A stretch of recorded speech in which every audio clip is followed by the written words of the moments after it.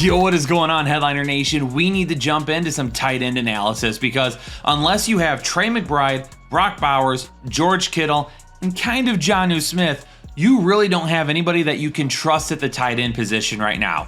Those four guys are like at the top. Now, Brock Bowers has even struggled as of lately, and maybe he can get back on track this week, but those are the guys that if you have them, it's set it and forget it. If you don't have them, you may be looking to figure out who your best option is. On Thursday Night Football, I am not looking at Adam Troutman. He did score a touchdown last week, but it's the first time he's scored a touchdown since week 8. And it's the 6th consecutive game when he's had 2 or fewer targets. And if you want to try and roll out Stone Smart this week, it definitely has some risk associated with it. Not a bad game last week, and we've seen some of that big playability crop up where if he gets a catch, he definitely can go for yards after that. But in terms of like a safe floor, Stone Smart probably doesn't have one, especially against this defense on Thursday Night Football. Last week, Dalton Schultz only saw 4 targets, and he caught 2 of them for 13 yards. And while he doesn't have a safe floor, when you take a look at the matchups for tight ends this weekend, Dalton Schultz is one of the guys that you can look at and see that a touchdown could potentially be coming. Are you looking for a safe floor? It's Travis Kelce. 8 targets last week, 2nd on the team, which does help him establish a little bit of a better floor. But Noah Gray's got a little bit more upside right now because he's the guy that's being targeted in the end zone and actually scoring. And in this matchup with Carson Wentz possibly playing, I'm going to put them both as a medium risk because we could see Wentz go to them a little bit more often than he goes to Hopkins. Over the last 3 weeks, Pat Freiermuth is not only a top 8 tight end, but he also has a touchdown in all of those games. And he's a top 8 tight end in 4 of the last 6 weeks. With no George Pickens expected this week still, as of this recording, Pat Freiermuth could be in for a very solid week against a secondary that has given up a lot of fantasy points. Mark Andrews is also streaking right now with a touchdown in 3 straight games, and it was his 9th touchdown over the last 8 games. He is on fire when it comes to finding the end zone, and that's going to be the biggest thing that he needs once again this week. Last week, only 2 targets and an offensive masterclass by Lamar Jackson, and this game, he's going to need a few more. This is a really solid matchup for Daniel Bellinger, but only getting 3 targets in a game is not going to cut it. We need to go back to a couple of weeks ago when he was getting 7 targets per game. If he had that in back-to-back games, then I absolutely would list him as a streaming option this week. Kyle Pitts did see a bump in his targets last week to 4 targets. He still isn't fantasy viable, and he's one of the riskier tight ends because people still start him hoping for some upside, and he's just not delivering. Sam Laporta has some pretty solid numbers. He's been a top 12 tight end in each of the last 3 games and 4 out of his last 5 games. He also has at least 6 targets in 5 straight games. Losing David Montgomery wouldn't seem like it would have an impact on the passing game, but I do think it will. And that's why Sam Laporta is going to be my Manscaped must-start tight end of the week. David Montgomery sees some checkdowns from time to time, and Jahmyr Gibbs, who really is utilized in the passing game a whole lot, may not see as many passing attempts because they might dial him back to give him more runs on the ground. If that happens, those type of targets are going to go to Sam Laporta, and because this is a tougher matchup for the wide receivers, Laporta could be an X factor in making sure the Lions walk out with a win this week. And if you're trying to finish up any last-minute shopping for Christmas, make sure you head on over to Manscaped.com and check out all of the awesome tools that they have for the special people in your life. And right now, by using code word Headliners20 at checkout, you're going to get 20% off your entire order and free shipping. But you better hurry. If you want it here in time for Christmas, you're going to need to order now. And if you're still thinking about trying to start Cole Kmet, you're probably starting him on a team that's not even in the playoffs. David Njoku has a great matchup this week, but unfortunately, there's a couple of key factors that are making him a high risk right now, even though he has the great matchup. And number one would be his health. He didn't end up playing last week, so will he be able to be healthy enough to get on the field this week? And number two, Dorian Thompson-Robinson was just announced as the new starter for the Cleveland Browns, with Jameis Winston being benched. Is DTR going to look towards David Njoku if he's on the field? I really hope so. And it felt like when when DTR got into a couple games last year, he was still trying to look to David Njoku. And if that happens, then he's going to be a really great start for us this week. But we need to monitor everything before we make a final decision. And for Mike Gesicki, if you're looking for high ceiling dart throws, he would be one of the better ones of the week. His floor is not that good, and it's been that way all season, but his ceiling in the passing game will absolutely be there. But if for some reason the Browns can't stay competitive, Mike Gesicki may not even see that many targets. Anytime Indianapolis and Tennessee get together, I make it pretty easy on you. No, we're not starting any of these guys. And maybe Chigioco does get a few more targets this week than what we've been accustomed to over the course of the season, and he's coming off of a solid game last week. Mason Rudolph is going to be the starter, and I would love to say, yeah, we're going to go with Chig this week and stick him in our lineups, or at least potentially see him as a possible streaming option. But this far into the playoffs, we've got to look to somebody who's had a better floor throughout the year. The Rams and the Jets matchup, exactly the same thing. Nobody that I'm trying to roll with here. If I'm trying to establish a fantasy lineup the week before my championship, I am certainly not putting in any of these guys over the last couple of matchups that have absolutely zero floor. And Philadelphia and Washington have a lot of the same concerns. Grant Caltera, he had one catch last week, and right now A.J. Brown and Devontae Smith are the guys. And in this matchup, you could be running the ball with Saquon Barkley quite a bit as well. Calcaterra may only get 1 or 2 targets in a game. At the most, probably 3 or 4 with a little bit of touchdown upside. And then for Washington, no Zach Ertz potentially while he is in the concussion protocol.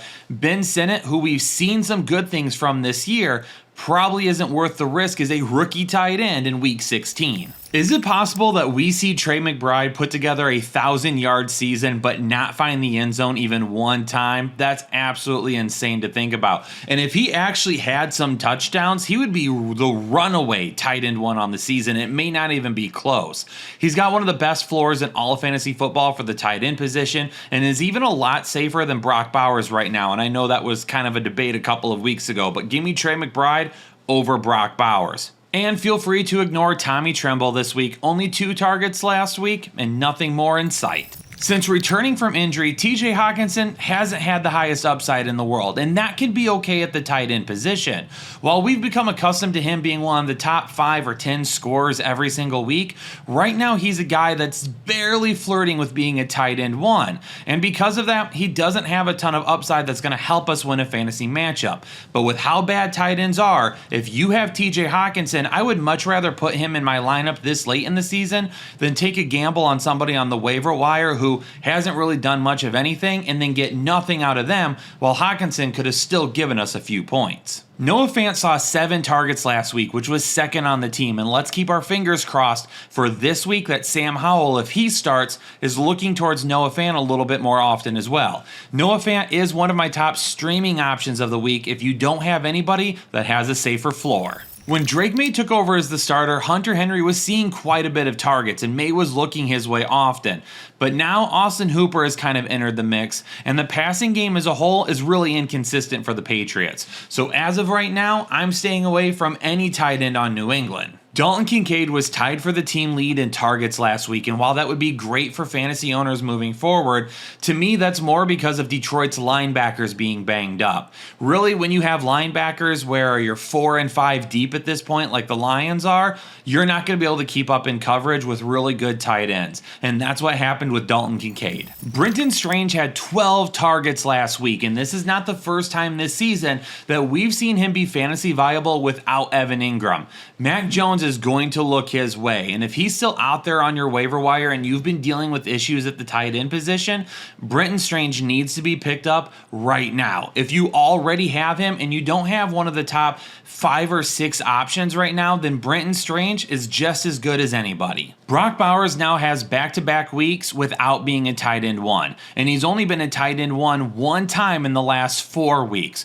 The carousel that they're having at the tight end position right now is not doing him any favors, so he's not nearly as safe as what he once was. But I already mentioned it at the start of this show. If you have Trey McBride, if you have George Kittle, those are really the only 2 guys that I'm looking at over Brock Bowers. Jonnu Smith is almost in that same arena where I would consider him over Brock Bowers depending on what you needed from your lineup. And if David Njoku was healthy, I would probably put him right in that area as well. But once again, if you don't have one of the top options, Brock Bowers is going into your tight end spot no matter what. With the way George Kittle and Jonnu Smith are playing right now, it's really hard to argue anyone over these guys except for Trey McBride. Both of these guys have shown high ceilings, they've shown the ability to score touchdowns, and they've shown decent floors. It's the tight end position. They're going to have risk from time to time. George Kittle has a little bit of risk. Jonnu Smith a couple of weeks ago didn't do anything for the entire game and made all of his fantasy points on one drive in overtime, which you don't want to see that happen too often. But he keeps getting targets. Tua's looking his way early and often, and now Jalen Waddle is banged up. Jonnu Smith is looking good as ever. And George Kittle, the same exact thing. George Kittle should be in your lineup no matter what. And unless you have Trey McBride, Jonnu Smith is likely vying for that tight end spot as well. Tampa Bay and Dallas are a couple of tight ends who have shown promise this season, but not as of late.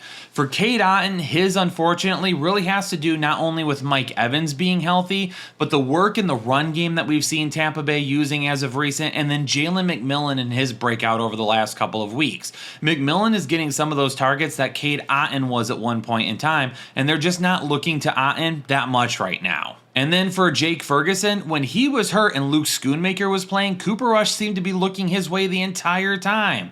And then all of a sudden, now that Jake Ferguson is back, it doesn't feel like it's the same thing. The tight end position just is not working in Dallas as of right now. And while both of these guys have decent ceilings because of where they're at in their offense, they both also have terrible floors because unfortunately, as of recent, they just haven't been a part of the game plan. If you're waiting until Monday night to play your tight end position, please don't, because if you need a win going into Monday night and you're relying on one of these guys, you may be sorely disappointed.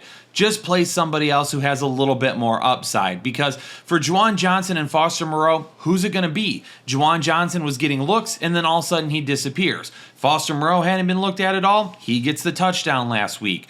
Really, the only way I'm starting either of these guys is if all of the guys I've talked about in this video as decent streaming options are already gone. And if that's the case, Foster Moreau is a little bit safer than Juwan Johnson, with Juwan Johnson having more upside. But you need to hope that Green Bay puts it to New Orleans early and New Orleans is just throwing it the entire time. And Tucker Kraft is high risk right now. He's kind of disappeared off the radar over the last few weeks as the wide receivers for Green Bay have gotten more healthy. And now that they're all back and ready to roll, Tucker Kraft does not have the same floor or upside. Well, Headliner Nation, some of this was abbreviated because honestly, this late in the season, we're not getting feisty at the tight end position. There's a few guys we know we're locking in. There's a few guys that we think that we're good with, and then there's a few guys that as streaming options we may try to utilize. But there's a lot of tight ends right now that we shouldn't even be considering. And if you're thinking about starting a tight end that I barely spent 10 seconds talking about in this video,